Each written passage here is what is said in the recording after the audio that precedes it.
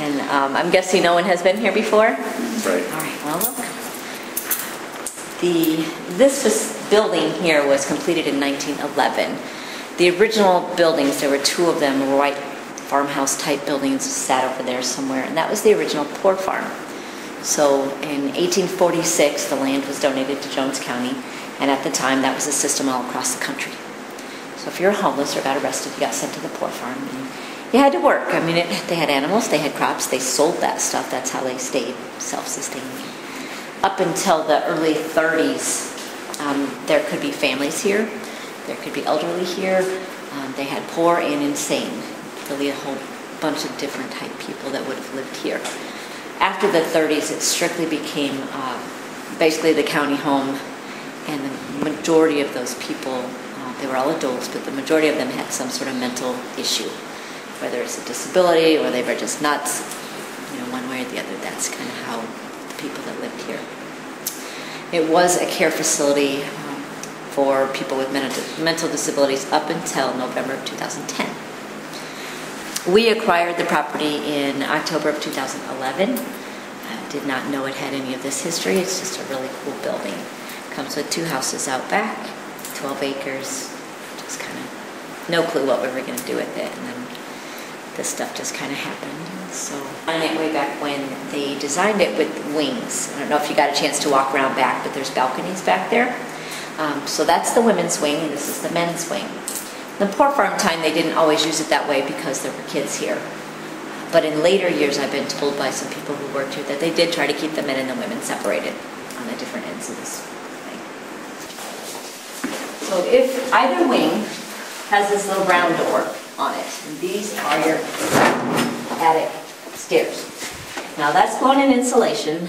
There's a catwalk up there, and then the floor has blown-in insulation. So if you watch the Ghost Adventure show and Aaron was freaking out about falling through the floor, you won't. It's a solid floor. It's just that it has all that, you don't want to walk in it. They have some other general offices. Would have been like your hair washing place, your, to obey the residents, things like that. Med room was here. Wasn't a hospital per se, but they, most everybody was medicated. Is there any record of like the lobotomies and that kind of treatment? I have not seen any. We recently learned that there used to be cages in the attic. Oh. So that the padded room was full and someone was out of control, they might be put in a cage. Theoretically, it was to be for a couple of hours, but we've been told sometimes it happened they were there for a couple of days. And that there was also the same type of thing in the basement near the laundry room. That one was more, it had like a toilet part thing, and then there was also a tub down there. So my guess, they did do the electric shock treatments and potential other things like that. But I've not seen any records that said that. A lot of the residents came from MHI, which is the Mental Health Institute in Independence. I've seen that in our general ledgers. But the museum is across the way. That's actually the original town of Edinburgh that sat somewhere else.